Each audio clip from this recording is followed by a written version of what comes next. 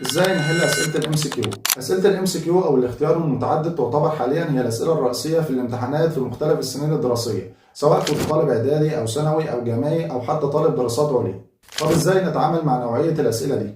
اسئله الام سي كيو عشان تحلها مش لازم تحفظ الكتاب من الجلده للجلده، يكفي بس ان كل صفحه بيبقى فيها كلمات مفتاحيه او بنقول عليها الكي ووردز. لازم تبقى فاهم الكلمات دي كويس، لان بمجرد فهمك للكلمات دي بتفهم الصفحه كلها بتتكلم عن ايه. ولو انت بتذاكر من كتاب منظم هتلاقي غالبا متعلم عليها بخط كبير شوية، او انت ممكن تعلم عليها بالماركر بتاعك.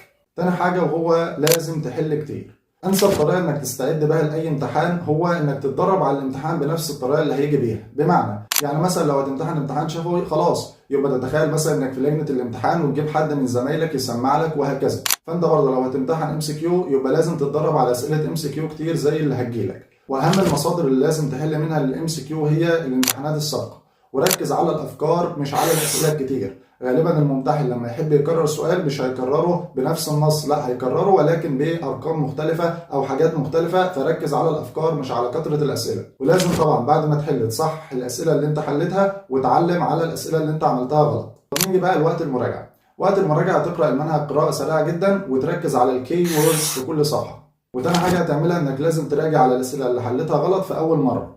طبعا هيعصلك معاك كام سؤال كده مش فاهمهم خالص، فده طبعا هتراجعهم قبل الامتحان مباشرة.